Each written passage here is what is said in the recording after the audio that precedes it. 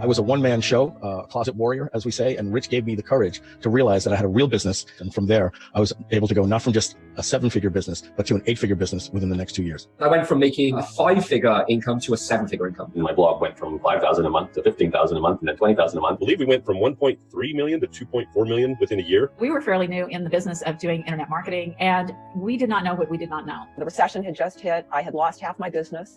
I just wasn't sure what to do at that point. The best way I could explain it would be if you had a dumpster fire and you were just pouring more gas on the dumpster fire. Grabbing everything I could because I wanted to make money, but then at the end of the day, it wasn't serving my business. You individually need to do more. That's what I thought. I thought success was based on how hard you work, how many hours you work. Everybody else was just coming up with the tricks and the hacks. Here was this guy who brought not just practical digital online marketing wisdom, but he brought practical business with him. Everybody I know is like, you need to know Rich. I'm like, Rich, I don't know Rich. Rich, this is the guru's guru. This dude teaches all the people that we're all reading from. You got to go to the guru to the gurus. This guy is the guru to the gurus. When you get inside kind of the inner circles, everybody knows who Rich is. Rich was the first person who really explained online marketing in a way that I really could understand and apply. It was like the light came on in a dark room and I saw, there's a whole layer to running a business I'd never thought about. Since the time that I started working with him, I've generated, millions and millions of dollars in revenue. More money started coming in. Then all of a sudden I'm producing products and coaching programs and building an audience that needs what I am good at. And I'm getting $5,000 for my 12-week program. I'm getting $2,000 for my 4-week program. But I want to say this, that it's been about more than just the money. I feel like in many ways he gave me my life back. Besides being a guy who thinks strategically and thinks in terms of solution, Rich is a good guy. And it's really refreshing to have somebody with his caliber of knowledge who you can tell really cares. It was freedom. That's the easiest way I could put it. It was freedom. A sense of freedom, a sense of hope and future, where I could see a path to get to where I wanted to go that I wasn't going to get to on my own. Someone like Rich can really put worth in you that you're not seeing. Confidence. In business, so much of our success depends on our own internal confidence. Having the confidence, knowing the fundamentals and understanding how the business moves. He works with people who are having your same problem. So he's able to show me someone like me. It's not just someone talking about hypotheticals. These are tried tactics that he's done year in, year out. I'm glad he's back around, helping people. I'm excited that he's coming out of retirement for this. That's a big deal. I can certainly recommend it, without hesitation. I know that anything that comes out from Rich Shepard is going to be top quality. Best coach, best mentor of my life. His main concern is making sure that he's delivering more than he promises in every project that he works on. It had a huge impact on my business, so I'm excited for all the people who will benefit from it this go round. I would just say do it before he goes back into the vault. I think that you will get just some immense value from working with him. Even better than he seems, which is rare on the internet.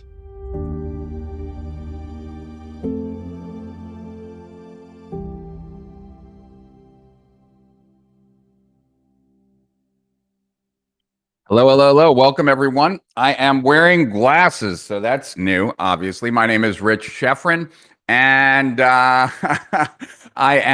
these are not reading glasses. They're not corrective glasses. They're just blue light glasses. And what I've discovered is that when I do these live streams as late as this one, right, from 6 to 8, I'm in front of a tremendous amount of light right now. And this amount of light will actually keep me awake for far too long. So I went out and bought a few blue light glasses. I had some from like Blue Blocks from like about a bunch of years ago, but those make me look kind of strange. The lenses are red, so it looks a little weird. These are just regular.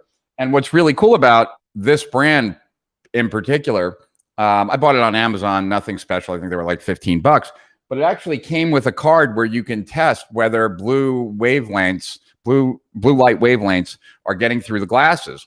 So it comes with a little blue LED and you can shine it on a surface and it will turn red. And I then tried it with these glasses. It didn't turn red. Then I was like, yeah, well, maybe it's all glasses. So then I took like a pair of reading glasses and it did turn red. So apparently these do block out blue light. So anyway, that's why I'm wearing glasses. We will give it a go.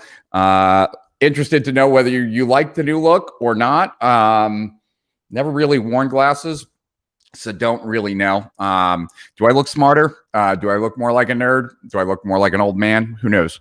You guys tell me. But my name is Rich Sheffrin. I do these live streams every Tuesday and Thursday. I do it from Tuesday from 2 to 4 and Thursdays from 6 to 8. We started talking about flow, the psychological state, last on Tuesday. We didn't get as far as I'd like. So today I really want to take it much further. And I wanted to spend some time with my notes. I didn't get the opportunity to do that. But what I did do is I found a different set of notes I had on flow from an actual conference that I went to that Stephen Kotler was teaching for the day. So that's pretty cool. And those are the notes I'll be sharing with you today. And if whether you've been watching me for the last year or whether this is the very first time you are, also if you feel like spreading the love, then by all means smash the subscribe button if you're watching on YouTube, or thumbs up and comment. And if you're watching on Facebook, same deal, emote, comment, and join our Facebook group, Strategic Profits. If you're watching on LinkedIn, comment, and whatever else you can do on LinkedIn or Periscope. And also, if you share, which is the highest thing that you can do for me on this live stream, just press pound shared and hashtag shared, and I will personally thank you. So thank you for being willing to listen to that. We're talking about flow. Now, flow is incredibly important because as an entrepreneur, so much of your success will actually kind of cascade down to your own performance. And if your performance is off, then your results will probably be off. And that most people do not spend very much time in flow, and they pay a price for that. They pay a price in performance, but they also pay a price for that in overall level of happiness. So I've shared with you guys many times, like this idea, right, that when I went through my midlife crisis at 40, what triggered it was this achieving all the goals that I had set for myself when I was younger, and now not being happy. And, you know, when you're pursuing goals, you can very easily trick yourself or tell yourself or believe that when you accomplish these things, you will be happy. When I have this, when I'm known for this, when whatever, right? So you always can hold that hope. But then when you've achieved those things and there are not that happiness, that fulfillment, you're now in a strange place because you have recognized that the next thing is also not going to make any difference long term. And so, like, how are you going to find fulfillment? How are you going to be happy? And so for me, right, the first, as I was dealing with this, as I was struggling with this, I first thought, well, okay, so if there's no benefit to achieving goals, then I'm just not going to have goals. And that really didn't work very well at all. And so I then kind of went back to the drawing board and spent some time thinking about it. And I think I've even shown the things from my journal. If I haven't, I can do that some other time, where I was on my kitchen table and I was laying out index cards, like trying to figure out, like, okay, not having goals doesn't work. Having goals doesn't really work either. Like, what is it? And what I came down to is that I feel most fulfilled. I feel most alive. And I feel most happy when I am in pursuit.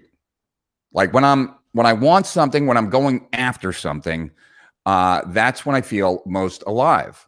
And that it's the pursuit, right? It's not the accomplishment. It's when I'm trying to achieve that I feel most fulfilled. So with the flow state, right? The flow state has been proven to, the more time you spend in flow, the more you are engaged in life. And as you're engaged in life and in flow, you have a higher level of happiness. There is a correlation between the amount of time that you spend in flow and your overall level of happiness. And so this is more than just about getting the best out of yourself. And if that was all it is, it would still be insanely important. But this is not only how to get the best out of yourself, this is also the way that you ultimately can kind of give yourself a vaccine against depression, right? Like you can protect yourself by spending time in flow. And that might sound crazy, but as we go to the notes, I think you'll see stuff like that. So let's say hello to those who've joined us. Also, if you guys can let me know, did anyone receive an email from Strategic Profits about today's live stream? I'm curious because right now I'm seeing not as many as we normally have. I see 27 on my fan page. I see 8 people in the Strategic Profits group. I see 6 to 7 in YouTube. So I don't know whether we sent an email out or not. And generally the numbers are higher. So anyway, I see the numbers are climbing. So that's cool. And let's say hello to everyone. And then we can dive in. And I'll try and do this relatively fast. Okay. And there's not that many of you. So this should be relatively quick. Stephen, nice to have you back. And I'm glad you're here with your notebook. Francisco, how's it going, my man? Nothing much up except I did spend the day today with a really cool guy, Sharp. His name is CJ, and he's someone that I believe will be working very closely with me, a new assistant, right?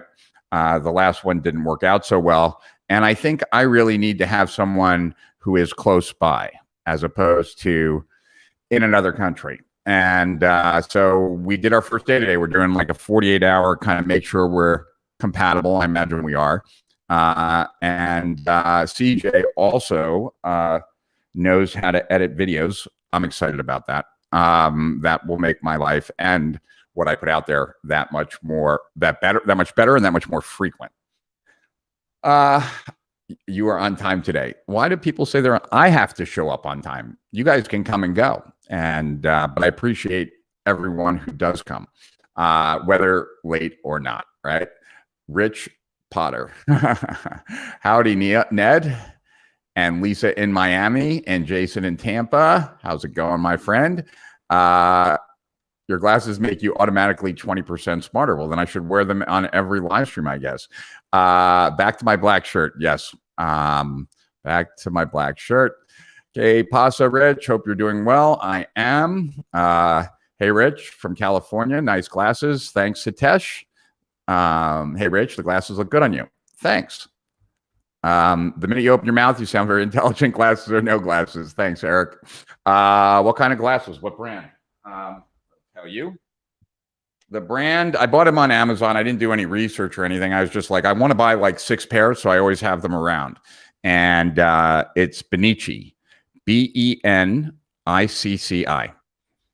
They're the ones that came with the tester, which I thought was wicked cool. And it's like, it reminds me of Billy Mays and the powerful demonstration and how effective that is in selling. They're a nice shape for me. Cool. Do you think they're too small? Kim thought they might be a little too small. Alex, thank you for being here, Alex. And liked and shared. Ned, you are my hero. Thank you for sharing it. You're a big heart, Rich. Well, thank you, Silvana. Exam Insider. Oh, cool. Rika, I got an email. Cool. Okay, so the email went out. So we've got 50 people with us right now. Hopefully it'll grow. Cool, you guys got it. Cool. I clicked on the link in the email. That's how I got here today. Cool, Eric. Well, welcome. I got the email. Jamie Porter. How's it going? Cool. All right. So, yes, I received one. Todd Brown is probably live too. Is he live right now? Greetings from Sydney. Cool. Well, cool, Rob. Thank you for telling me. Glasses are definitely a win. Cool. Flow sounds like a great concept for mindset, but in relationships, once you find your dream babe and once you have this person, the flow of pursuit no longer exists. So problems can arise until the next chase. Yeah, but like there are so many things that you could go out into the world in pursuit of, right?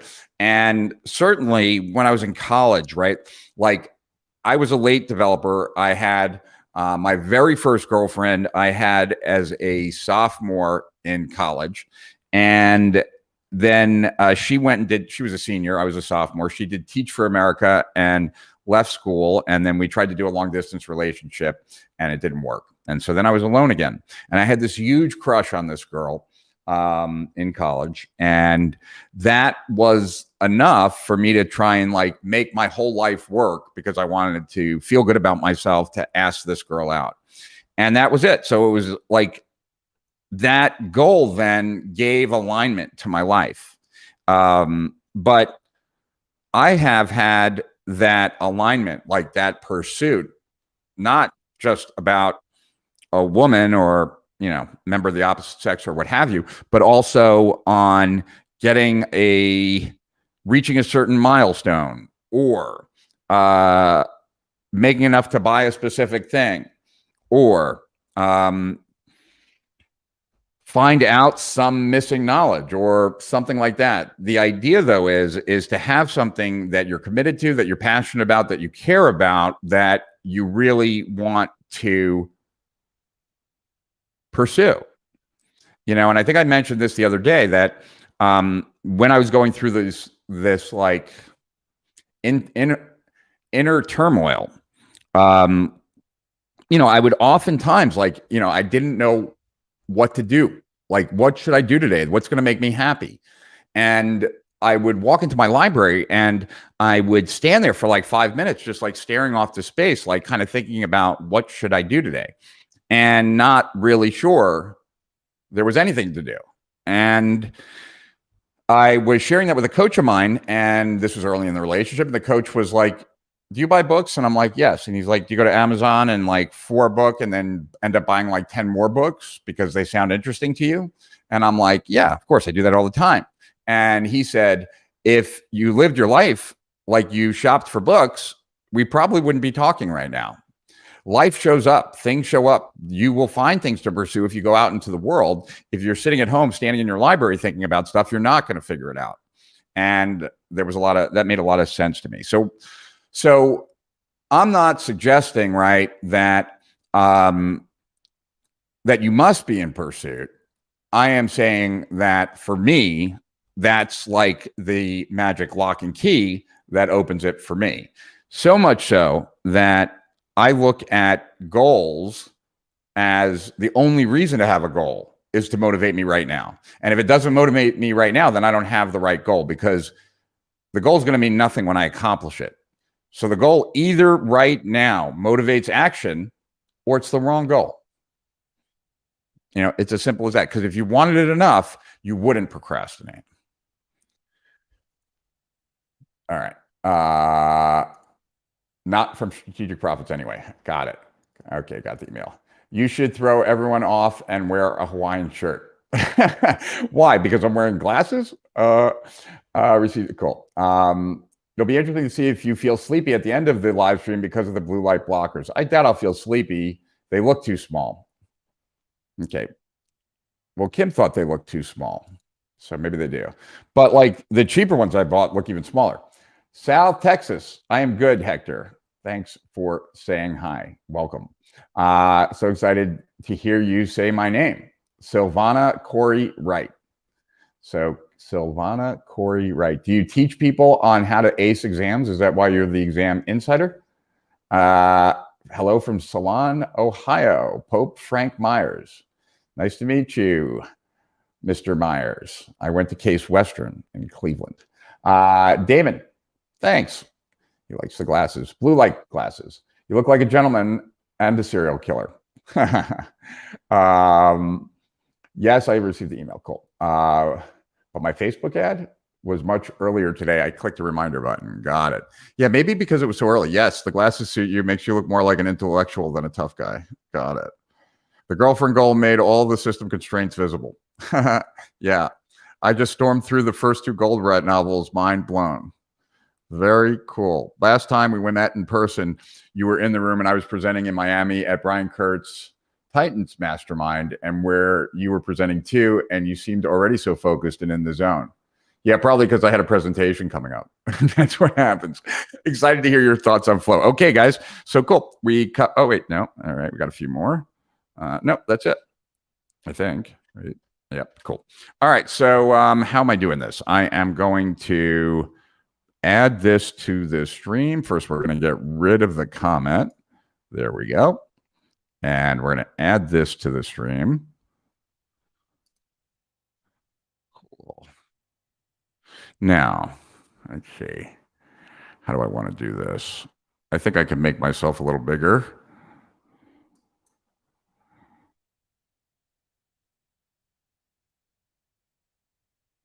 All right.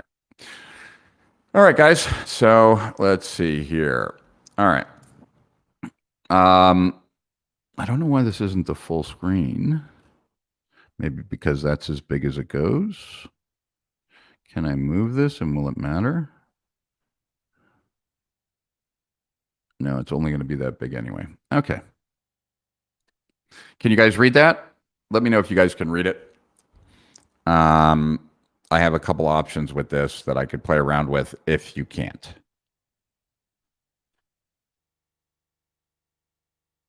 All right. So as you can see, shift event, Kotler, flow, the rise of Superman. Not sure when I took these notes. Maybe it's on the bottom. No. Okay. You can read them. Cool. All right. So then let's dive in. All right. So some audio recordings I got to listen to flush these out. So I'm thinking that we might do one more on flow. We'll see how far we get. But the impossible made possible, right? Like you really perform at a much higher level than you're capable of when you are in flow. Okay. And people started reporting more flow like as the rise of extreme sports occurred, right? He calls it, Kotler, the source code of ultimate human performance, which is flow.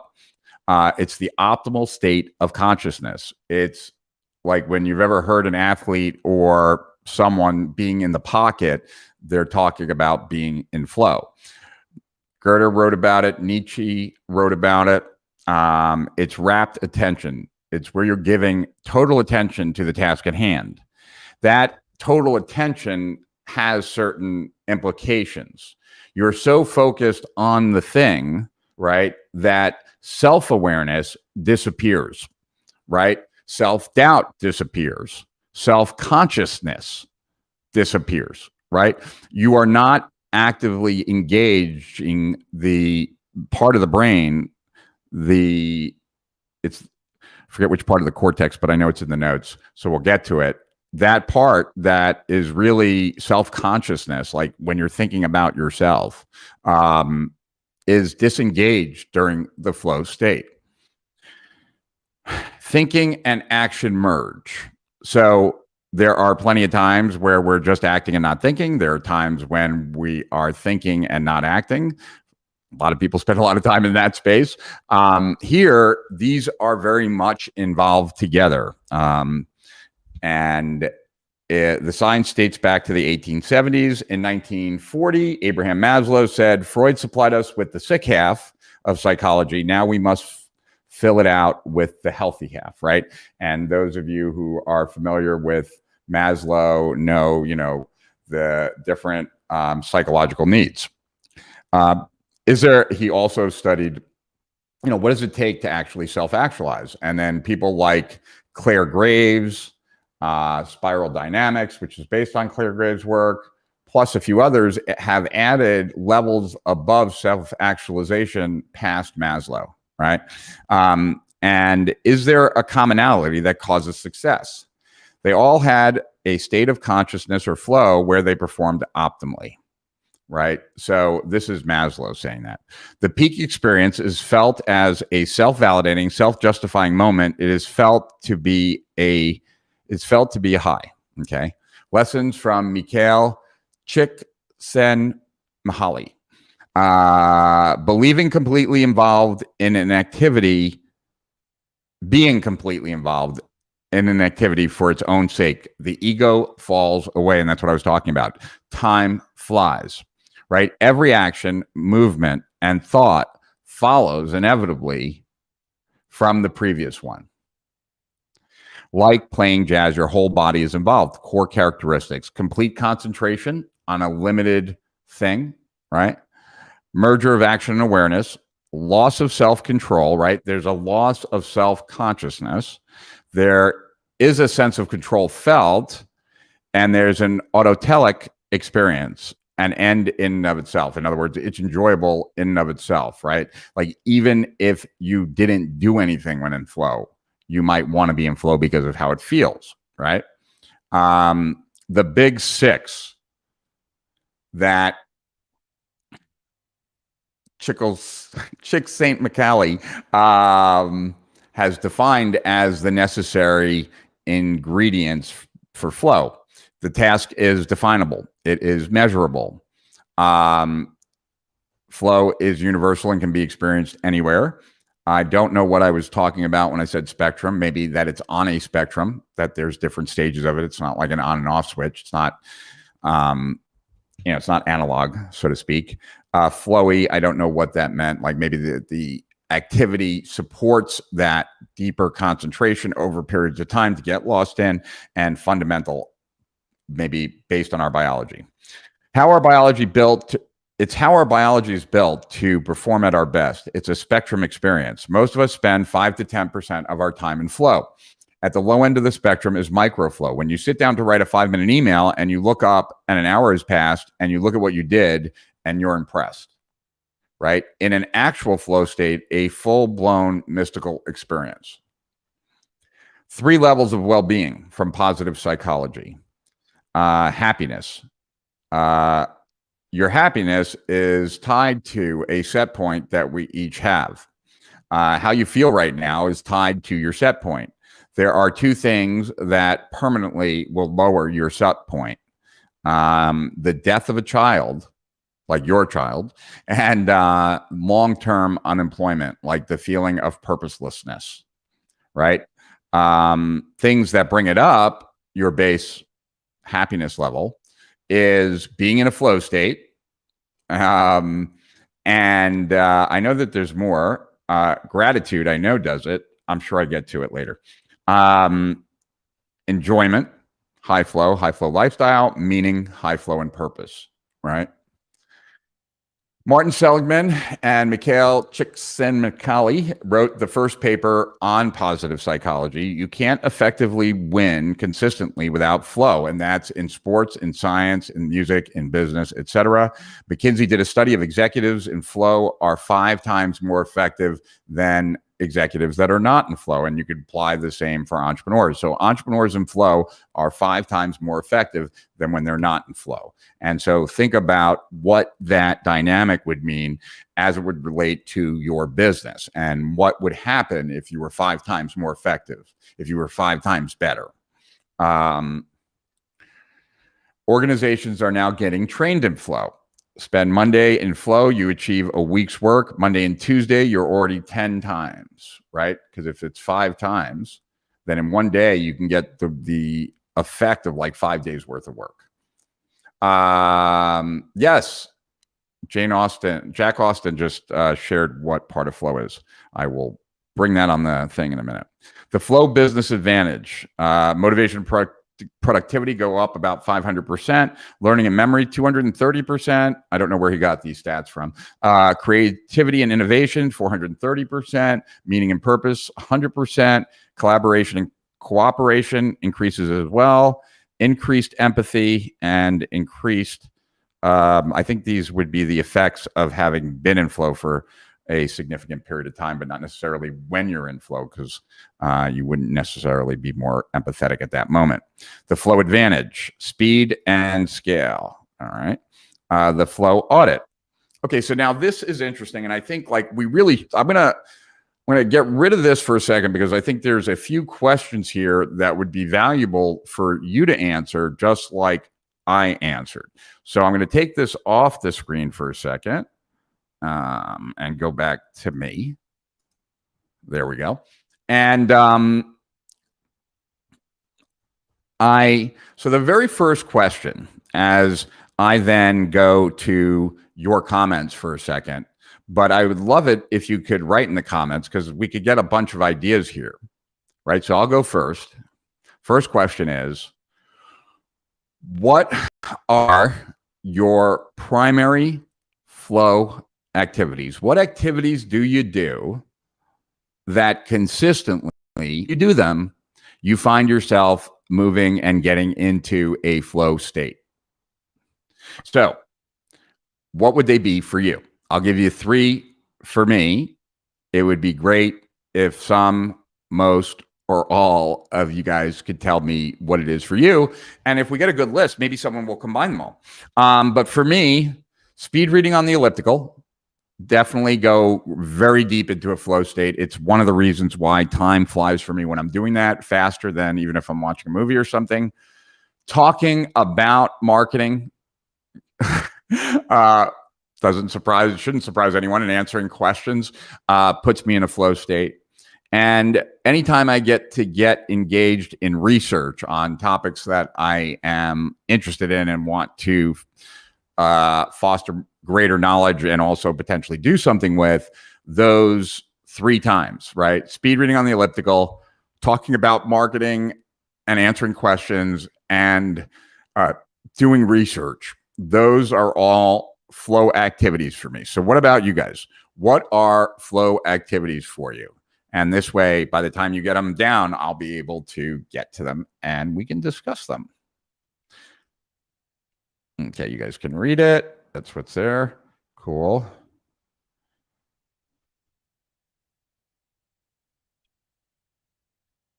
All right.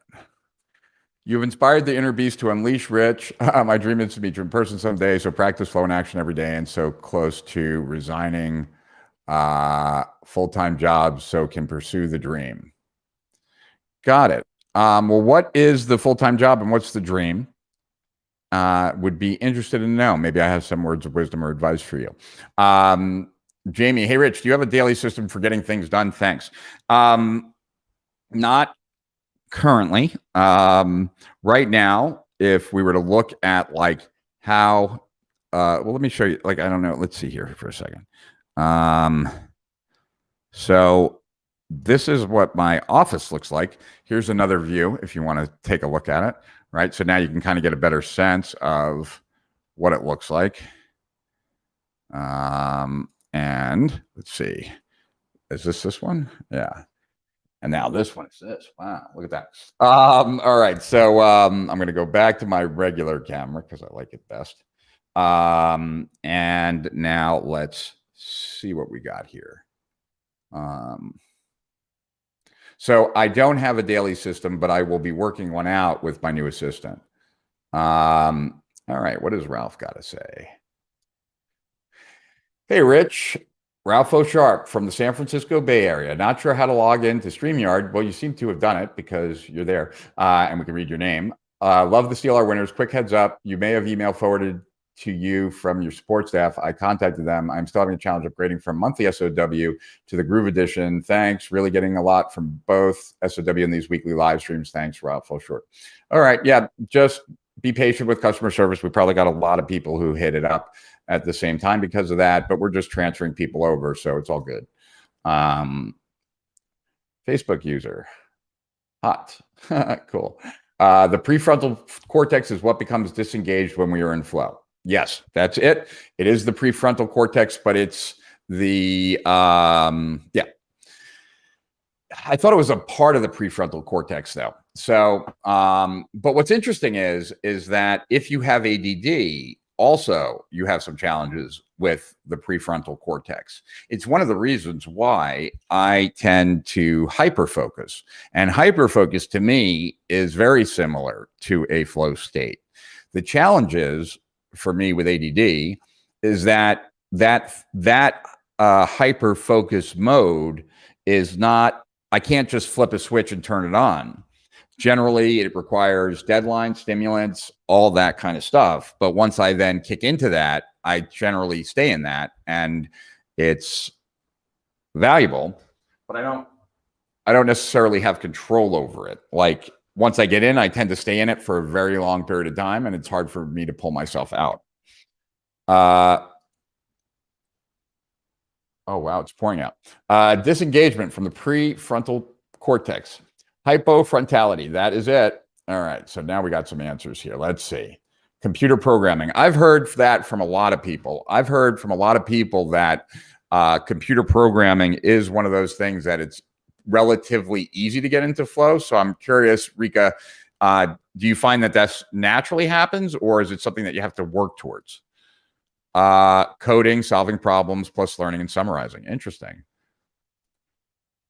I shut off the lights. My headphones go on and I can get 100% concentrate, just me and the computer. Interesting. You find that turning off the lights helps? That's interesting. Morning rain shower. Not here. It's 6:30 at night. Oh, in the mornings, rain, shower? Are those the three? Walks in nature, local woodlands. Really, like, Dave, is that really a flow state? Like, you're lose self-consciousness and you're like in heavy pursuit? I find that interesting. I would think it wouldn't necessarily be that. Rich, in the last 2 months, I've been getting up at the same time, 5 a.m., and have a buttered coffee with MCT oil and focus on the computer for a while, listening to Focus at Will musics. Since I've changed this, I feel energetic all day. I've heard of Focus at Will. Someone mentioned that too. I use Brain FM. Is it similar to Brain FM? I got to write that down, though. Focus at Will, because you're not the first person who has told me that. So bear with me, guys. Let me just write it down on my board here. At Will. Is that the website? Focus at Will? I hope so. Jason, I don't know if you heard the stuff I was talking about yesterday about Tuesday about Glynac, combining heavy dosages of glycine with N-acetylcysteine, NAC, and how it totally like resets and returns to youthful quality, like 3 out of the 7 aging pathways. Pretty cool stuff. Let's see. Writing emails when striving to get a point across and playing music. Interesting. Less effective flow, Netflix and TikTok and YouTube. I also enjoy it when I have a good nonfiction book. Paul, all right. I wonder if you guys, like, when were you most productive, where you lost your reference to time, you were amazed at what you developed, and you couldn't believe how much time went through? Oh, cool. Well, very cool that you just listened to him on Synchronicity. Pacing, speaking my ideas and wordplay and jokes out loud, long walks on the bare beach, all help me go with and get into flow. Interesting. I do go into flow when I grocery shop for nutritious meals and going to the gym and getting down with the workout I feel like doing, and for whatever goal I have, and then cooking off the meals. See, that's interesting because, like, I would get into a very, like, peaceful place and a really good headspace and really enjoy myself, like when I used to volunteer at a soup kitchen. But I wouldn't necessarily consider that a flow state. Like, part of the reason that that was so enjoyable to me is that I didn't have to use my brain at all. I was just like, I was a man with hands to do stuff. I don't get to spend a lot of time doing that, like, based on what I do, right? 99% of the time, I'm just using my head, not my hands. So I wouldn't necessarily consider that a flow state, but I would consider it a very enjoyable place for me to be. And I guess I'm not considering it a flow state because it's not where, like, my abilities actually grow. I'm actually totally repressing them. So interesting. But a lot of the answers that you guys are giving me are making me reconsider maybe that I'm thinking about it the wrong way. Painting, reading, editing photos, fractal creations. Yeah, that would do it. One of my biggest highs in flow state activities is when I'm helping a client make a breakthrough. Got it. Flow for me is drawing, running, walking in nature, problem solving, something I'm into. Mnemonics, spiral dynamics. Okay, so you're familiar with it. Research and neuroscience, writing in my journal, cycling to post-punk music. Very cool, Jack. I think we would get along. For the flow state morning rain shower.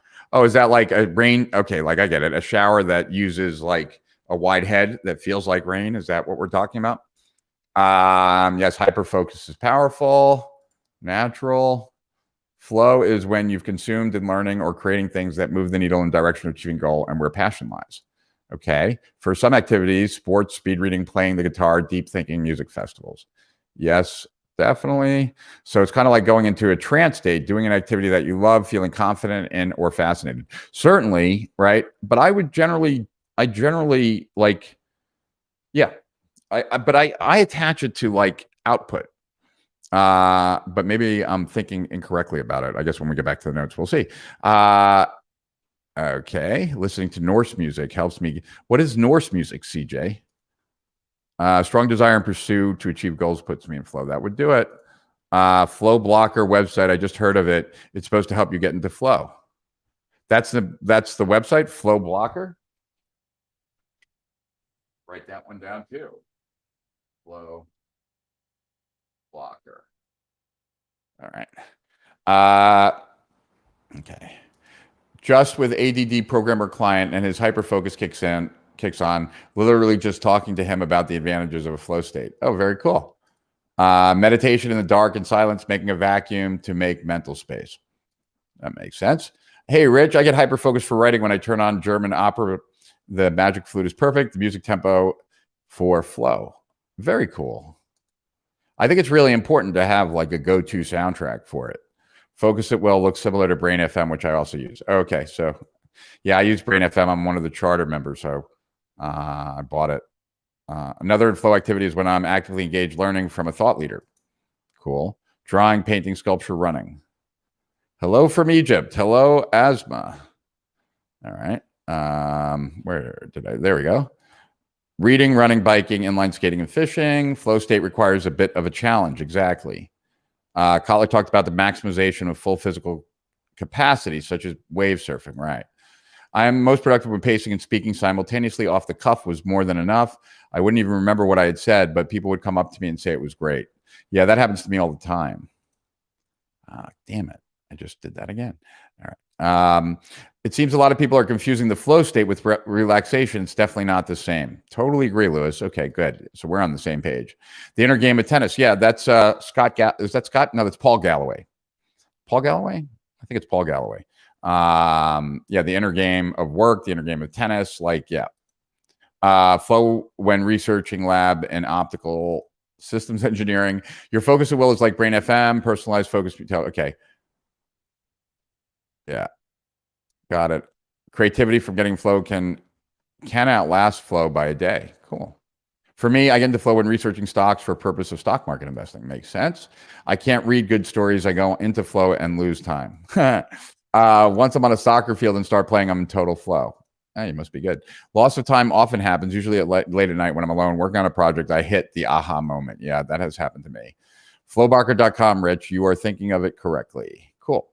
Klein took Kotler writing course and quadrupled his writing output and quality. Really? Interesting. All right. I think everybody has a different definition of flow state or confusing it with a theta state of mind. I think flow takes place between alpha and theta, supposedly. I think a flow like athletes are in the zone, fully focused on something productive, not meditation or theta. Totally correct, Steve.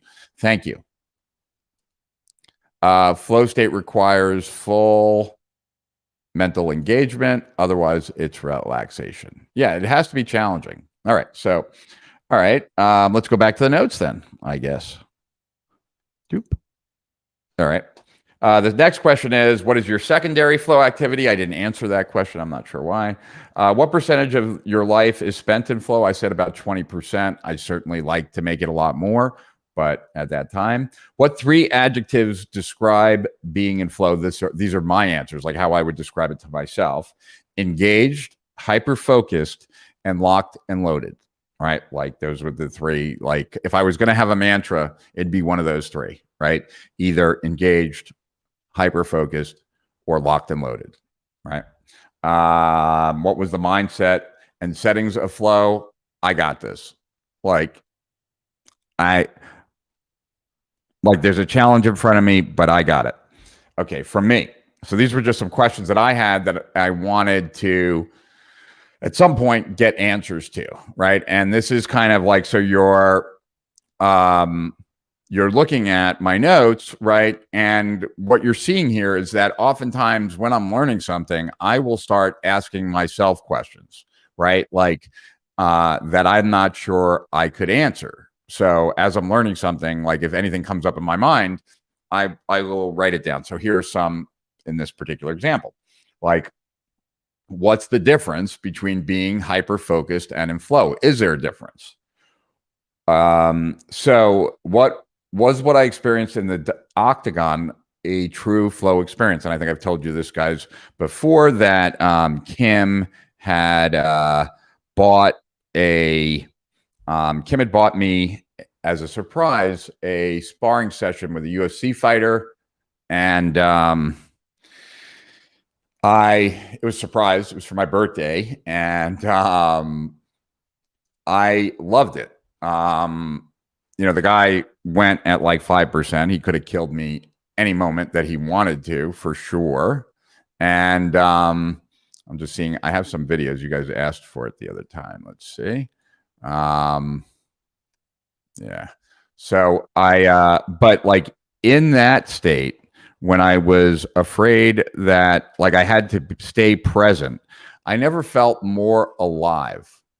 And I don't know if that makes sense to you guys or not, but I've meditated, I've gone skydiving, I've been in life and death situations, and I never felt more present, more alive, more in the moment when I was in the octagon with the UFC fighter.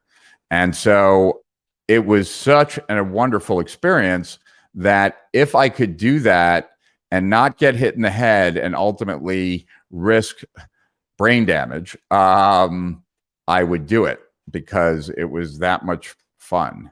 And I'm looking for this and I can't find it, and that's a bummer.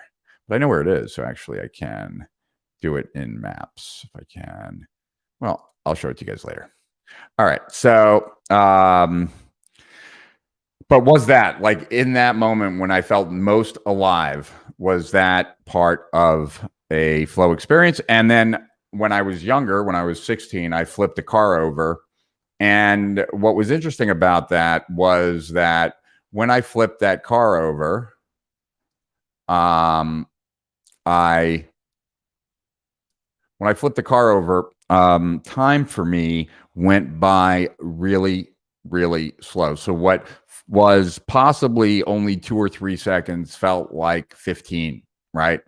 And it felt like my brain sped up, so time felt slower. And I don't know if that's true or not. I don't know, but that was the experience. Okay.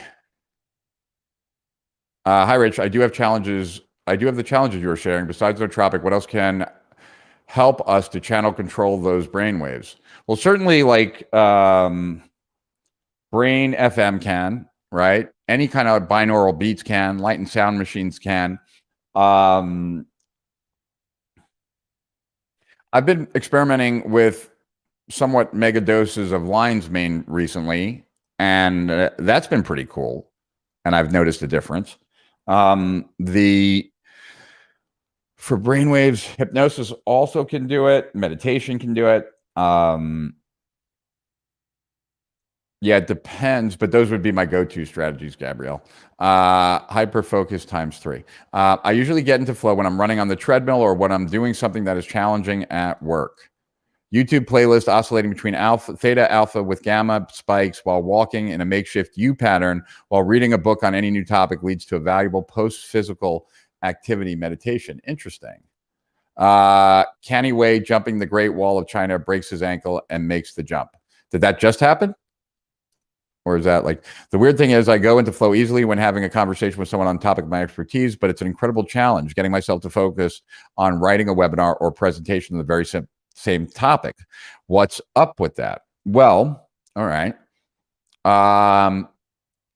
You must be attaching more to the writing. right? So there must be something to it. But Ron, what I would say is that you then should not necessarily default to writing as the first step. Like, so oftentimes when I have a new idea, I will get on a phone call that's recorded with someone, like with a friend, right? It might be Jay Abraham, it might be Todd Brown. It's like, could be anyone, right? But it'll be someone generally who is also a marketer, what have you. And this way I can share the idea. They can ask me questions. I can evolve it further by answering those questions. I get that transcribed, and then I start from there. I don't like starting with a blank page. So one of the things that I like to do is kind of seed the ground first by talking it out. And maybe that would help with you too, Ron. If you're still in Delray, I bet you could get some of that feeling from surfing. That would require, Christy, me having balance to stand. I have good eye-hand coordination, and I've been good at every sport that I've ever played. I was a ranked, tennis player when I was younger. Most physical activities come relatively easily to me. However, never really skateboarded. Never really. The only thing I've done is snowboarding, and I'm just okay at snowboarding. But I tried to surf, and I just kept falling. I think I stood up once. But maybe I'll try it again. Maybe my girls, they all could do it. So being engaged in the fully aware survival state feels like so. I guess so. I don't know. But I definitely, it was a pretty insane thing. What I felt. Shared 5 times. Well, then you are 5 times my hero, Chris. I had a 360 spin out across an interstate towards the underside of a tractor trailer. Time definitely slowed to a slow-mo flow state. Okay, so yeah, I'm not alone in that. Historical. Flow state for me when teaching and discussing marketing business ideas. The challenge is to move from saying to doing, which for me would be product creation. Great at idea generation, not so good at implementation. I missed one of this flow topic, so not sure how I can make the flow state work for me. This is to convert teaching idea generation into products that could result in recurring income. What's the difference between flow state and comfort zone? Oh, well, they're totally different. The latter would what? I'll wait for the rest of your answer. But it's totally different. And just to take a second before we go back to the notes, like if that's 2 people now who have told me that they really have challenges with the writing, right? Like with the creating the product or whatever. I really want to recommend to you guys, if you have, like you two specifically, but anyone else, like if you have a challenge, right? Part of being effective is to outthink that challenge. Right. So like I told you, right, when it's time for me to start creating, the first round is really me playing with index cards, like on my boards or writing on the whiteboard, and then eventually calling someone and talking them through and getting that transcribed. Right. It's also like in Evernote, when I get to, I do that progressive summarization in the last stage after I've bolded and highlighted and consolidated. Now I'm writing my own thoughts. So now when I'm going through Evernote, I can pull my own thoughts on the topic and put that into a document. Now I'm also not starting from scratch. So I generate a lot of the raw material that I'm going to use in the situations that you guys are talking about, but I do it in a way that is very much aligned with what I like to do, what excites me, what allows me to kind of get into that state. So while I don't think that the answer to both of your questions will be in my notes, I wanted to answer it. And I think that I don't like looking at a blank page, and I'm very slow in getting past it. So I just choose not to spend any time there. And there's many ways that you can do that, All right, so let's go back to here's a real player, Rob Wallace. Newcom, very familiar with Newcom. My buddy has it. Happy and Apollo Neuro. I don't know what happy is, and I don't know what Apollo Neuro is, but I feel like I want to. So Hap B and Apollo Neuro. All right, I'll check those out, Rob. Talk, transcribe, edit, and publish. Yep. And have a smart person asking you questions. A method I use to get into state or in flow is modeling someone who has or is achieving in an area I want to be. I feel like Neil in the Matrix. Oh, that's cool. I walk my dog for a few hours every morning and listen to SOW, and that puts me in a great state, but I'm a newbie afraid to take the first leap. Information overload, definitely. Would you recommend a course like Insta Agency since I really don't know anything?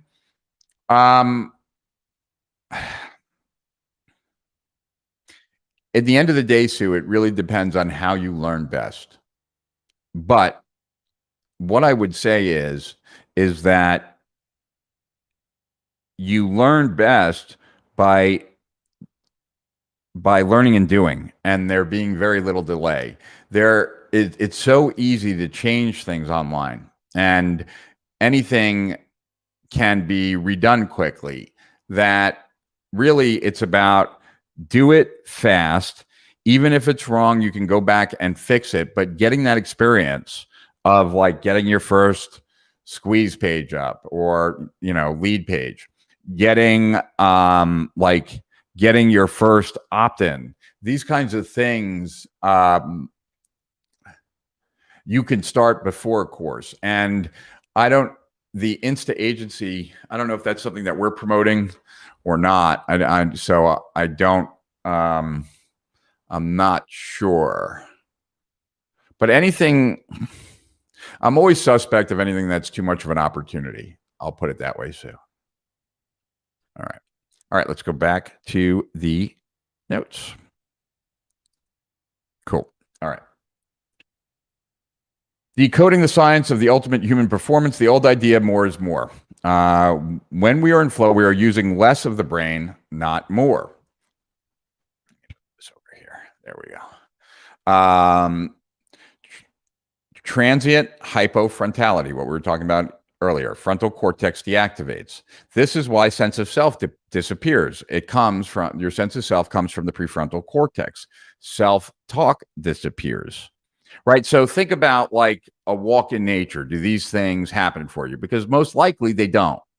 Like self-talk doesn't disappear. Sense of self doesn't necessarily disappear unless you're looking at something maybe awe-inspiring.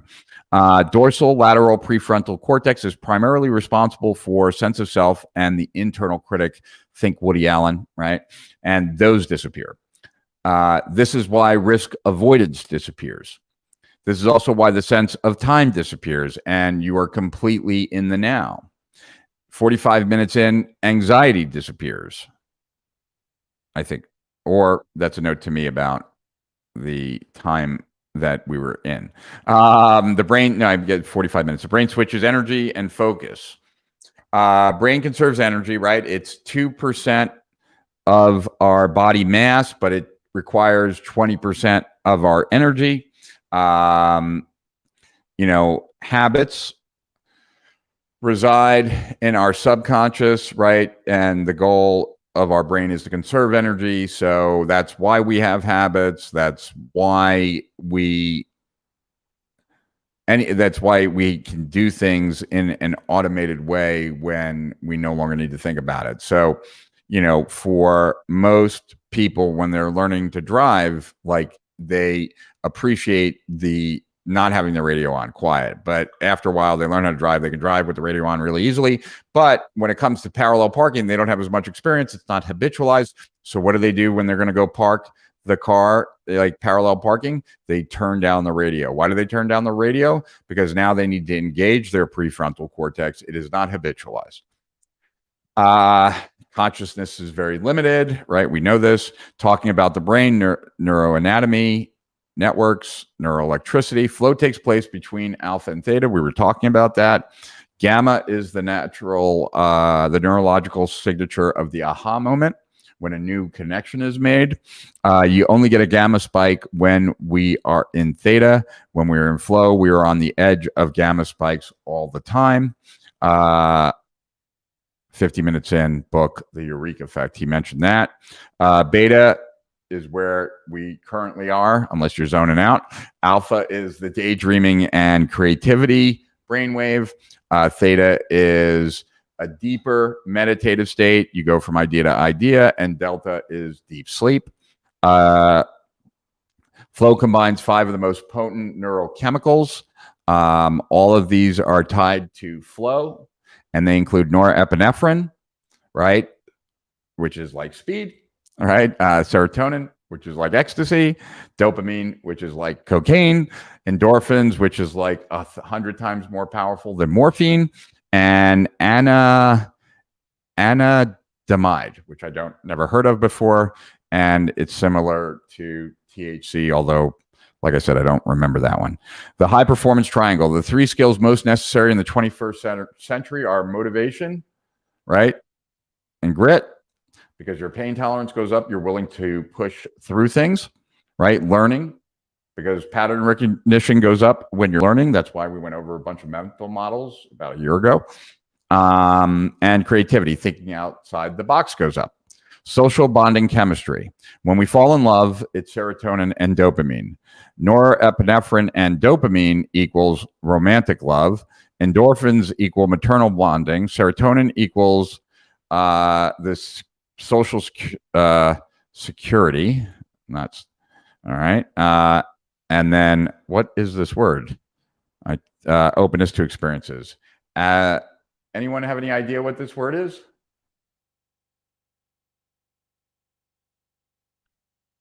Not sure. Oxycontin trust. Okay. The psychology of flow. HRV increases, right? Your heart rate variability, which means you're in a more, what is it? The sympathetic state, I guess. Heart rate increases correlated to attention and focus. Respiratory period increases, slower breathing. Respiratory depth increases, deeper breathing. Galvanic skin response increases, higher activation of the sympathetic nervous system. The opposite of fight and flight, right? Kids are much prone to go into flow because they spend most time in alpha. There's a bandwidth of the flow state. Flow correlates with grit. It is contagious. When a leader is in flow, it impacts those around him or her. Primal leadership. That's a note that I took. He didn't say it, something I thought. There's a book that came out of Harvard Business School called Primal Leadership, and it's all about how the feelings, the emotional states of the CEO actually impact everyone in the business. It's kind of, it spreads like a contagion, positive or negative. Flow is hackable. More meaningful doesn't mean more pleasant. It just means more meaningful, right? This is about cognitive higher performance, getting your biology to work for you as opposed to against you. Positive psychology basics. There are 2 things that can raise your happiness set point. Gratitude, which is why my team and I have a channel in Slack called Gratitude, where we post each day one thing that we're happy for in our personal life, that we're grateful for, one thing that we're grateful for in our work life, and one thing that we're grateful for about ourselves, characteristics, right? Which allows us to share that with the team. Those, right? Senses to the thalamus, the relay system, then the amygdala, threat detection. You take in 9 bits of negative info for every 1 bit of positive. This is why gratitude helps, coming up with 5 to 10 things you're grateful for, right? Blah, blah, blah, blah. Okay. Mindfulness. Flow follows focus. Mindfulness is focus training, training yourself to be in the present moment. You are teaching your brain that you are happiest when you are. If you're a writer, then focused meditation is not your friend. You want to use Vipassana open style meditation or Zen walking meditation. Box breathing, right? 4 days to 2 weeks is all it takes. Working your way to 7 seconds, right? So box breathing is you inhale, right? We could all do it now. We'll do like, let's say do a 4 seconds just so it's easy. So you inhale for 4 seconds, right? And then you're going to hold it for 4 seconds. Then you're going to exhale for 4 seconds. And then you're going to hold that for 4 seconds. And then you're going to breathe in again for 4 seconds, right? So we're just going to do the 4, right? Which is the box. Breathe in, hold, breathe out, hold, right? So it's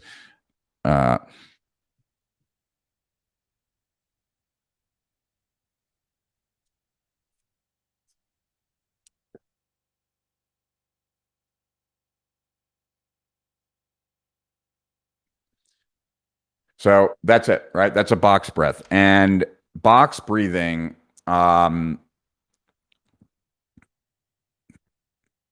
is recommended for so many things, but it's really helpful to get into the sympathetic nerve, like to engage the sympathetic nervous system, to get out of that fight and flight mode. It's something I do at night to go to bed. Much better for creativity.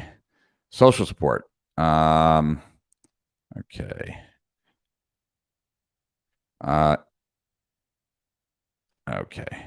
22 flow triggers from the Performance Toolkit. Individual triggers, curiosity, passion, and purpose, and autonomy, right? Your own ability to schedule, right? You're not being forced to do this. This is something you want to do. Complete concentration, right? So those are mine, right? Curiosity, passion, and purpose, autonomy, and complete concentration. Dopamine triggers, risk, novel, complexity, unpredictable, right? So this is where, like, this was what was going on when I was sparring with the UFC fighter, or when you're riding a motorcycle, or, you know, there is that dopamine trigger. Deep embodiment, immediate feedback, clear goals. One of the easiest ways to get into flow is setting and hit high, hard goals that increase your motivation approximately 20%. Clear goal. I want to write 500 words today. At the end of the day, write a clear goal list for the next day. 6 to 8 items. Experiment. How many items do you need on your list? You want to stretch yourself each day, but you want to accomplish it. When you cross something off your list, you get a dopamine release. Challenge to skill ratio, right? There needs to be the right ratio. Just like if it's too difficult, it's too challenging, you won't go into flow. If it's too easy, it's too boring, you won't go into flow. You have to be challenged, but not too much, right? Creativity, pattern, group triggers, complete concentration, right? So letting people know that you're going into a flow state, not to bother you. Fuck off, I'm flowing. That's what it says. 90 to 120 minutes is what maximizes flow. The single most important thing you can do to get into flow is spend the first 90 to 120 minutes uninterrupted, first thing, focused on the most important, hardest task of the day. I like to go from my bed to my desk in under 3 minutes. This was Steven. This isn't me. You're closer to the flow state when you first wake up. Then I immediately do the 90 to 120 minute task while in that state for writing and creative 4-hour blocks, shared goals, shared risk. Yes. And like, what is it called? When we improv, right? Yes, and close listening, autonomy, sense of control, blending egos, familiarity, equal participation, open communication. That's like how to foster it with a group. The distraction checklist. What are your top 5 distractions? What are my top 5 distractions? I'd say going to the bathroom. I certainly seem to have to go to the bathroom a lot more often when I'm not interested than when I am interested in something.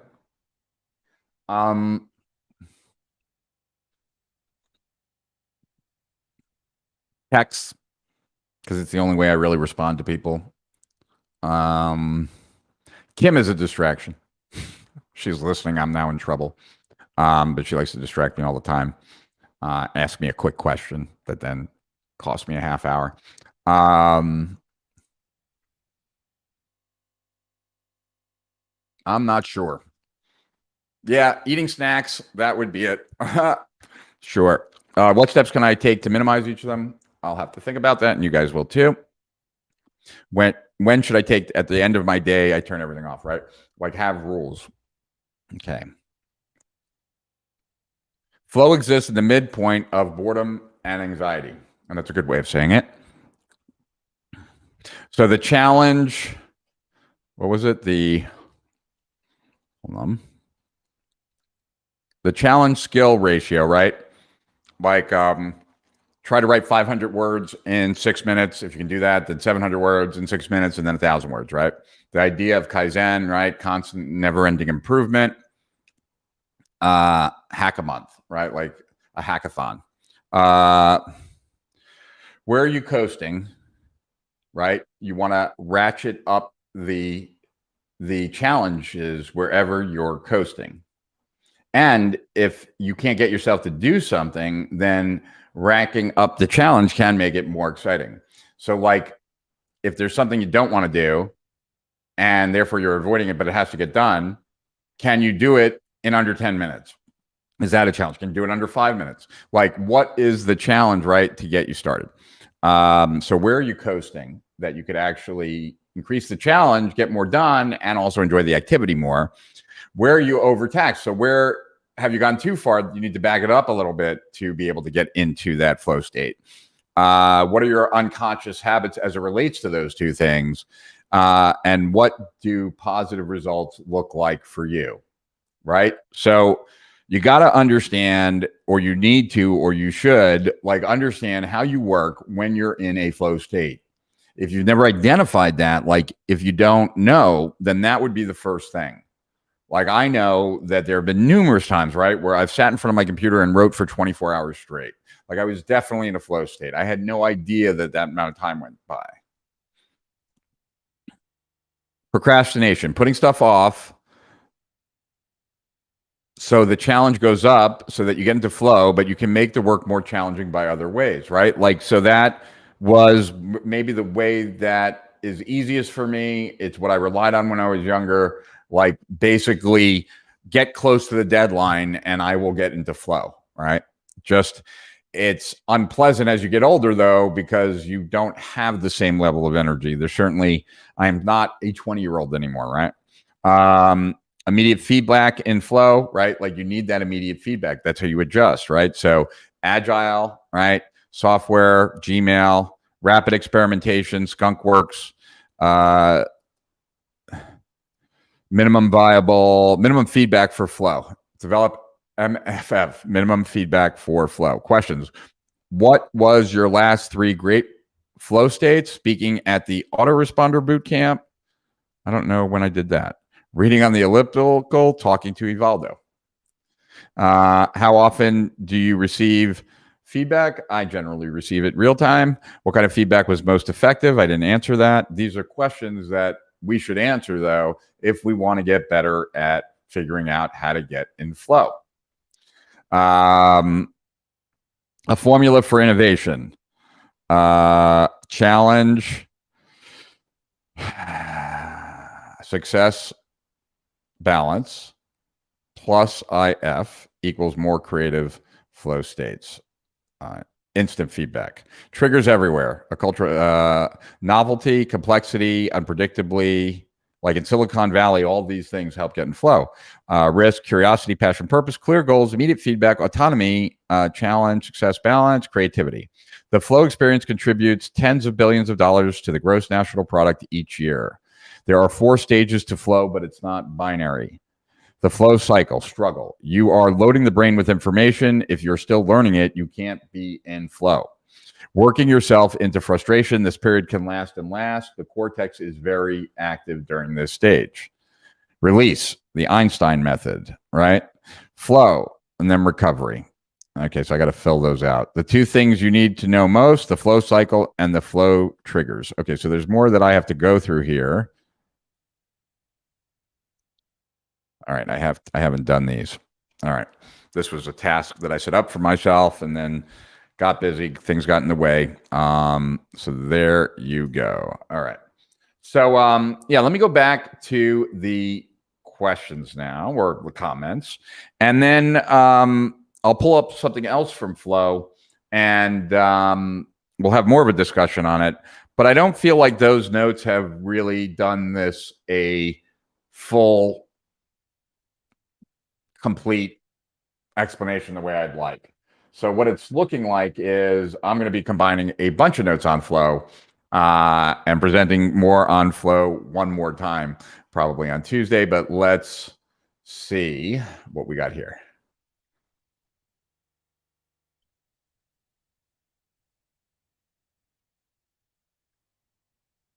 Just looking at the comments to see where I left off. What's this?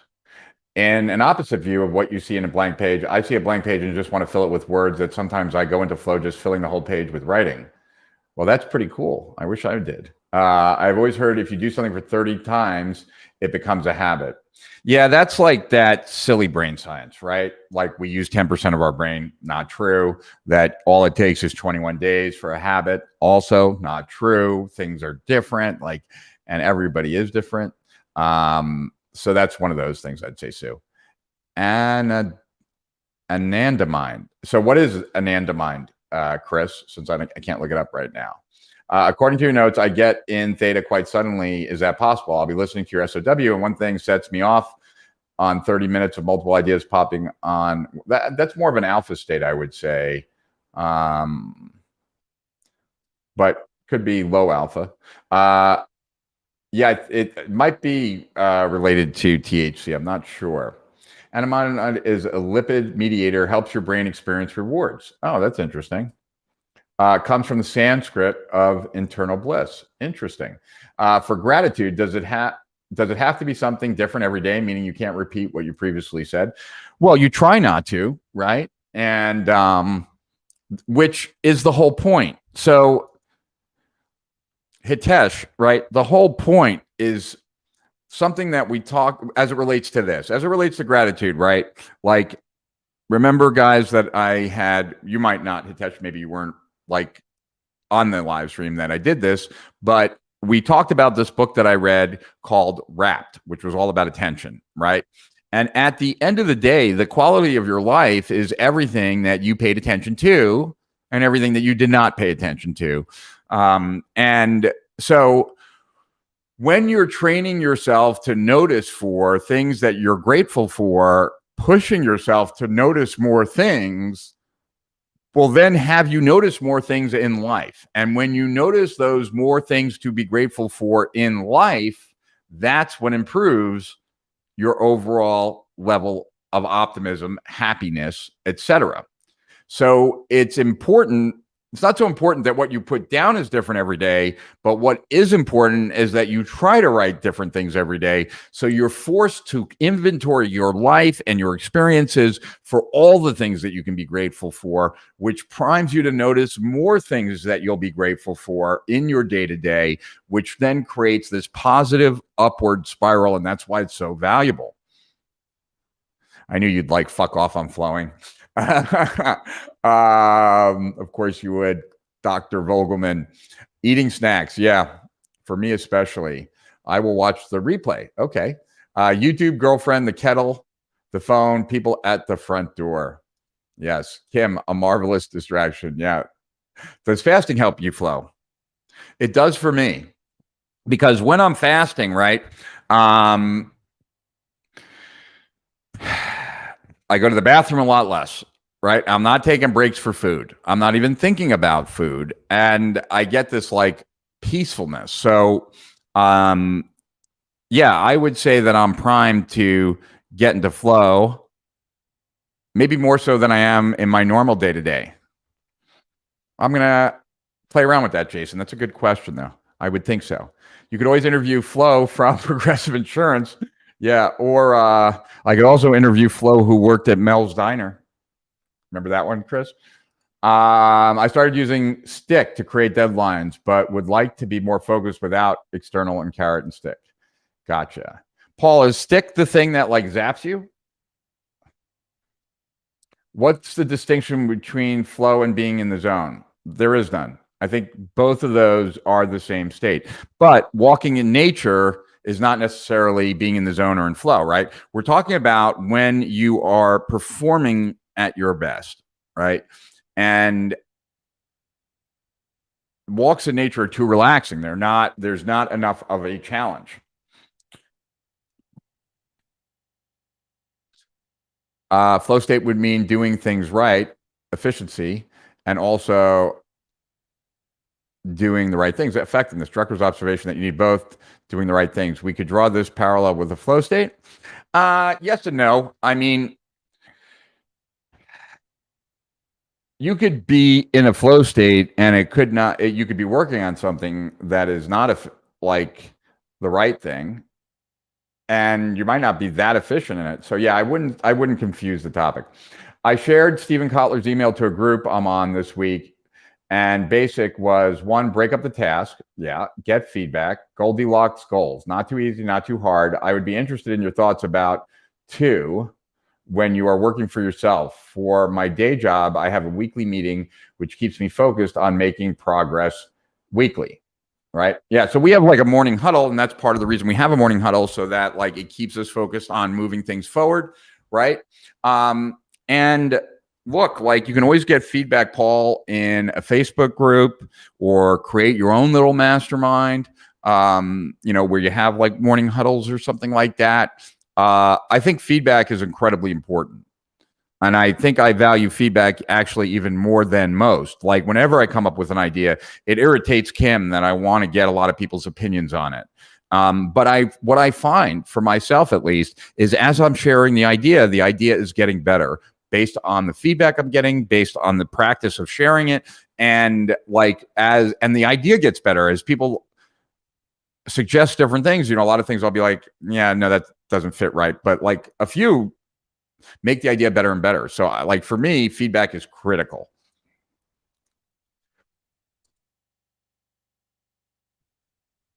I have noticed this and been so blessed by it. Yeah, you are a lucky person. Because of my public speaking background, the family asked me to speak at my dad's funeral. For the days leading up to it, I had nothing that sounded real and authentic. 3 minutes before leaving for the funeral home, a moving talk shows up in my head, one of the best I've ever given. I don't get that. Yeah, that's the deadline pressure, my friend. I mean, that's the story of my life. Like I always finished my presentations on Wednesday at 3 p.m. because that's when I had to do them for the business growth system. And I found that no matter when I started, I could start at 5 p.m. when I just finished the previous weeks, and I still wouldn't finish until 3 p.m. the following Wednesday. Or if I started later, because like I would be adding and like figuring stuff out, but it was those last couple hours where I made all the decisions. And yeah, I had the same experience though. I got roped into doing the speech at my dad's funeral, and also I have it recorded. I'll play it one of these days. Proud of it. I do remember Flo from Mount Steiner. So much nostalgia. How long do you fast for? Do you practice intermittent fasting? I don't practice intermittent fasting that much. I want to, but I haven't. I do fast anywhere from 24-hour fasts. I do 36-hour fasts, and I've done a few 5-day fasts. I actually enjoy fasting. I find the first day a little bit of a challenge sometimes, but then after that, very easy for me. I think that has more to do with the fact of how long I was on like a ketosis diet. So my body just naturally will kick over to burning fat pretty quick. Whereas like Kim, who's not been ever like in ketosis very frequently, where I spent years in it when I was younger, I can easily flip into it. Horse blinders. Yeah, that would help. Stick, you put money, which goes to a friend, foe, or charity. Oh, wow. Cool. That'll work, right? Didn't Terminator 2000 have the best flow? I know that's a joke, but I'm not sure what joke that is. I don't fast. I practice slowing. I take longer, but I still get there. Sue Pudlow, not really 30 times for habits. It's not a one-size-fits-all. Ranges for different people and depends on how enjoyable it is.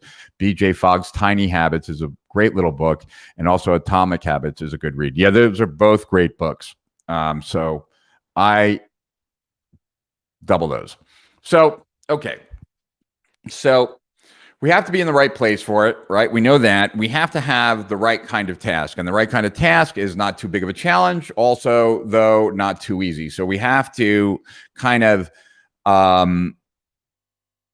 be forced to perform at good or better, right? Like, and a lot of times when things are easy for us, one of the easiest ways to kind of ratchet up the challenge would be to compress the time, right? So if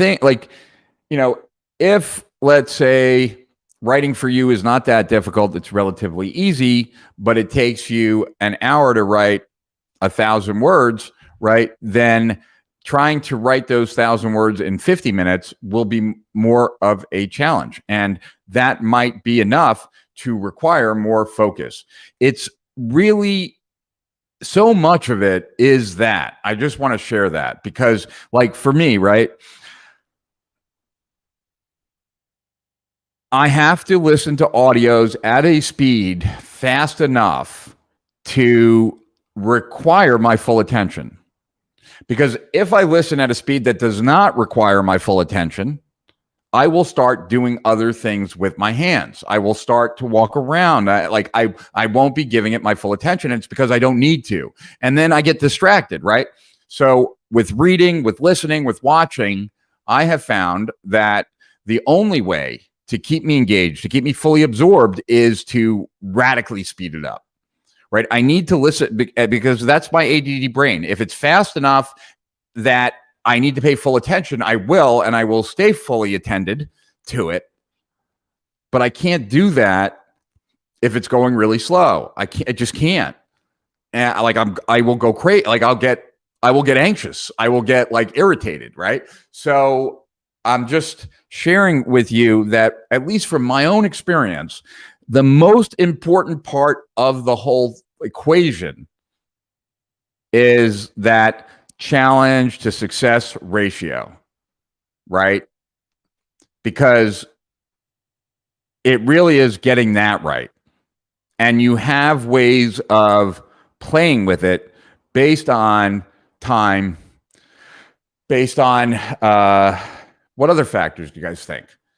I'm sure there are others, but I would say for you that, like for me at least, that is the key thing. Now, if there's danger involved, like a deadline approaching, then that kicks in a whole nother level, right? So now you have this challenging activity, not too challenging, but challenging, right? You have to work hard to actually meet it. And you have a deadline coming. For me, those two, that's enough. Those two are more than enough for me to totally kind of lose myself in the activity. So what about you guys? Let me know. Let me know. And I will look here at what you guys have had to say. All right.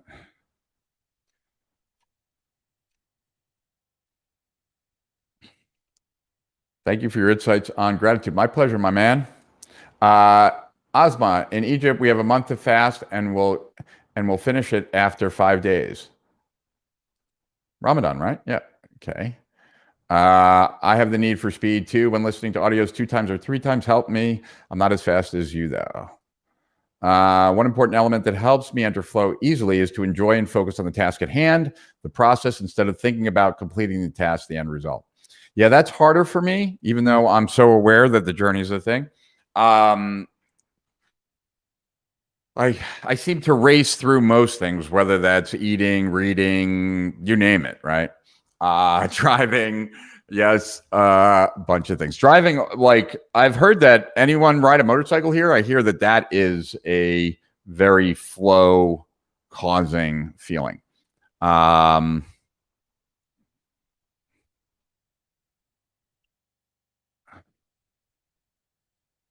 I call it walking the razor's edge when you're only working close to a deadline. Yep. Yeah.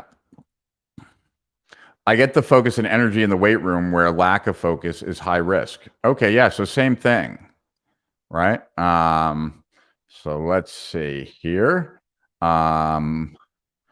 Places.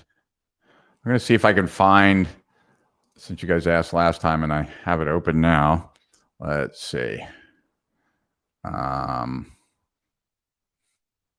Should be somewhere in Manhattan, and it should be in like Canal Street, really. Let's see. Would this be it? I think so. Yeah, let's see.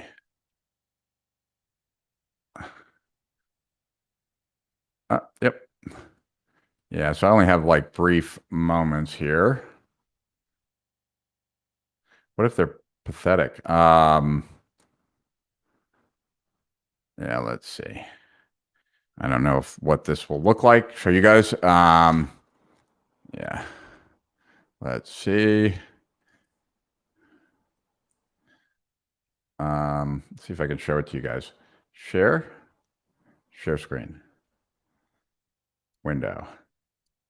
Photos.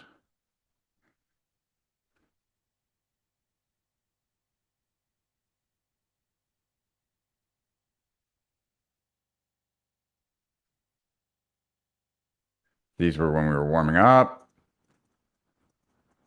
I don't know if we had very many. No, that's where he's got me. I think he's got me in a headlock here. Might have tapped me out. There's me wearing the belt, and that's it.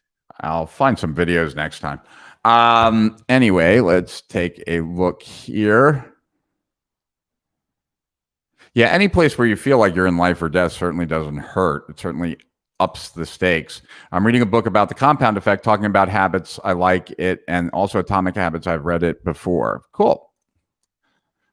Yeah. All right, guys. Well, I think we're ending early. And unfortunately, I wish I had for you the notes, but I'm going to wait one more live stream, and either in my notes, I'm going to have a lot more to share, or it will only be a portion of the live stream, and then I'll share my notes, and then we'll move on to the next topic. So before we go to the next topic, though, anybody have any thoughts of what you'd like to cover next? Anything that's out there that that you'd like me to cover? Anything, any challenges that anyone has that would be an interesting topic for a live stream? Would be curious about that. My first live stream, loved it. I'll be back. Well, thank you, Sue. I am happy that you're here, and I'm happy that you participated. So thank you for doing that. Riding a motorcycle off-road with only a dim headlight at top speed, exhilarating, I could imagine. Great talk, Rich. I thoroughly enjoyed it. I wish I could give you guys more value, but I'm glad that you liked it. Thanks, Rich. Very grateful for the time you spent with us. I enjoy it too. All right, guys. Well, like I said, I really wanted to be more prepared, and I apologize that I'm not, but I will make it up to you guys this weekend. Let's see. How to use the census for targeting your market. That's an interesting one. Hey, Rich, I was 3 parts of the copywriting secrets with Dan Kennedy. Where can I find your notes, please? They're in the Facebook group. And actually in the Facebook group, I also posted something else after that, which was this series of blog posts I did on authority, believability, and credibility. And so my team from a long time ago took those blog posts and consolidated. So I think it's like a 20-page or 30-page compilation of a blog post I wrote about how you can boost your believability, credibility, and authority, and then therefore boost your profits. So that's in the Facebook group too. And the Facebook group is just Strategic Profits, free to join. So just come in and say hello. JV would be a good topic. Okay. Anything specific about JVs that you would like to know, Stephen? Next topic could be about dealing with imposter syndrome. Good stuff, Rich. Whew. I'd have to do some thinking about imposter syndrome. It's not something I've spent a lot of time on. Sorry, I had to move away. Are you looking for topics? Yeah, I'm looking for topics, Chris, for next one. I'll be back. Cool. Glad to hear it, Pope. Building a profitable email list. Okay. Certainly spend time on that. How to handle negative aspects of marketing, placing doubt about your competitor or telling your prospects they are doing something wrong. Okay. Some of these are very good. Unprepared Rich is better than most prepared gurus. Thanks. Great conversation as always. Thank you. Would love to see your notes on this if you feel they are shareable. These are not, but I will give you a consolidated version of my notes on Flow. I just am going to have to do some consolidating, which is good for me because it's going to force me to finally go through the notes that I put aside on Flow, and maybe it'll help me get into Flow more often, and then we'll all be happy. So yes, I will get you notes. I will tell you where the notes are going to be, but can tell you now that they're going to be in the Strategic Profits group, but they won't be there until Tuesday after the live stream. Imposter syndrome, how to start as authority when just starting. Got it. Surprising to me how many people talk about imposter syndrome, how to pitch, how to connect to gurus, apps for productivity, how to look good on camera. Cool. Do you think I could give you information on how to look good on camera? Do you think I look good on camera? I guess you do. If you do, well, thank you. Just networking with JVs. Okay. AI and marketing. Saw a good talk at AdWorld this week and think about a good topic. Okay. Yeah, it is a great topic. And I think I posted that. I posted in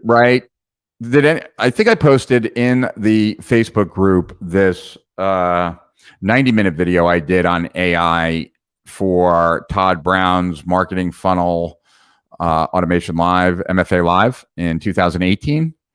I'd love to watch like Mystery Theater 2000, like we could watch it together and I could comment and stop and make fun of myself. But yeah, that would be good to revisit. Can we talk about Dan Kennedy more? I like to listen more about his work from you. Okay, cool. We could do that. Those blue blockers are making you yawn. Maybe they're making me tired. Yeah. How do you get that blurry background on your live stream? Okay. I can show you that. So the way that the background is blurry is that I'm using an aperture. I'm using an old Canon camera that you could use a new Canon camera. It doesn't matter. What matters is the lens, and the lens has a 1.4 aperture. What that does is change the depth of field, behind me. So that's how you get that effect. You need a low aperture.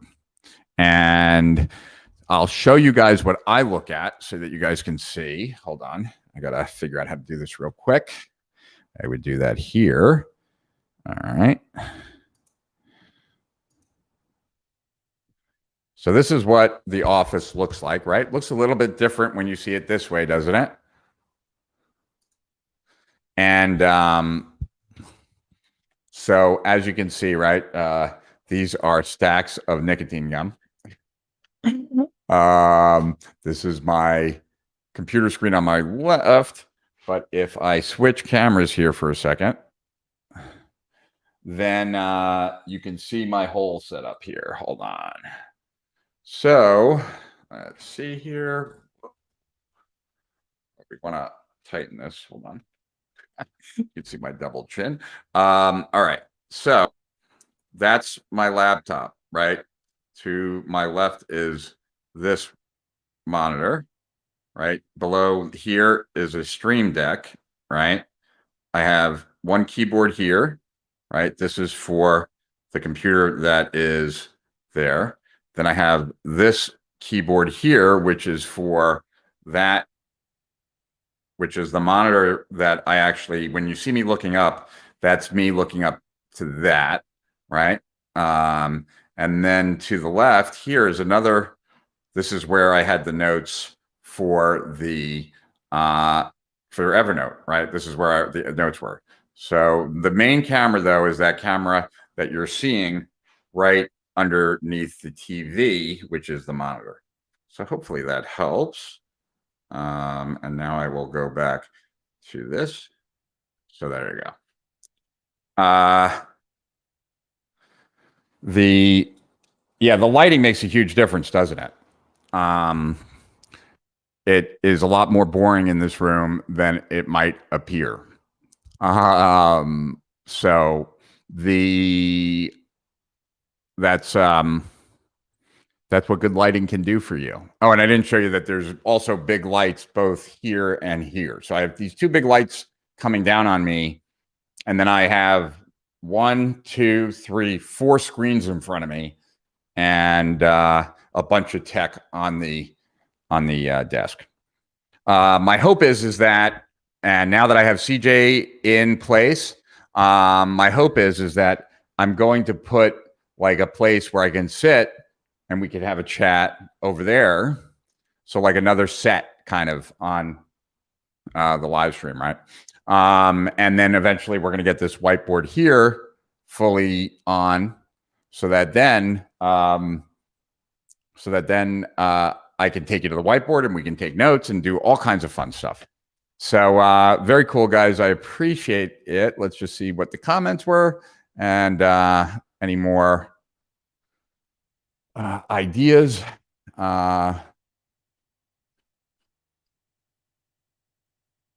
What is the name of your Facebook group? Strategic Profits? Yes, Strategic Profits, plural. I like it a lot. Very cool and funky. Good contrast to your black shirt. My goodness, that's a vast difference. I will go back to blurry depth of field. Remarkable difference in terms of perceived professional look. Thank you. I'm still trying to what do you guys, I want to show you this and tell me what if I made the whole back red? Like crazy red, right? Like,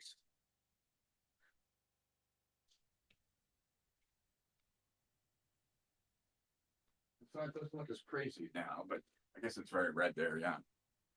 Do I look like I'm in hell? Do I look like I'm the devil? All of it makes you look very good, very pro. Well, thank you. Yes, the census and SIC codes, how do you connect those two together to target your audience in e-commerce? That's a great question. I'm not going to be able to focus on that anytime soon because it would require a bunch of work, but I do like that question. Thank you. How to use market data in your marketing to differentiate your business? That we could do. Thanks a lot. Great show as always. Yeah, you at Whiteboard. Oh my, very cool. Better red than dead. Yes, as Joanna said. Oh no. Camera confidence could be a topic, although I suspect you'd say just do it. Well, to find out, like, this is another thing that might be personal. Like, I can tell you there is a night and day difference for me when I'm doing this, where I know I'm talking to you versus just a recorded video. A recorded video, I tighten up. Like, so I always try and do things live. Like, this is what, like, so much of my like performance is about me figuring out like what is the way for me to like sidestep the obstacles that I have just based on who I am, if that makes sense. Looks hot with red. Yeah. Good info tonight. Thanks. My pleasure. No, the devil's in the details. I like multicolors. Yeah, I think I do too. Camera confidence comes from a greater sense of self-worth. Pinkish red. Too much of one color. I prefer how you had it green and yellow. Cool. Well, we'll be back to green and yellow. We can make these green, I think. Let's see. That's different. Right now, the green is on one side and the red is on the other. It's kind of bizarre. But anyway, I will put the lights back. And guys, I just want to say thank you for being here. It takes me 25 to 35 takes to do a recorded video, only one take to go live and repurpose. Exactly.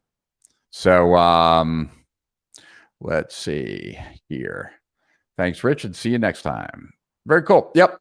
Bye, guys. So I just want to say thank you for being here. I know that you got a ton of places you could be. There's a gazillion things you could watch online these days, and you chose to be here. I appreciate that. Thanks for the compliments on the glasses. And I promise, cross my heart, hope to die, stick a needle in my eye, that I will work on these notes and I will have something powerful to share with you on Tuesday from 2 to 4 as it relates to flow and getting into flow and how to maximize that state, right? So with that said, I will wish you all a wonderful weekend to higher profits and beyond. Rich Schefren, over and out.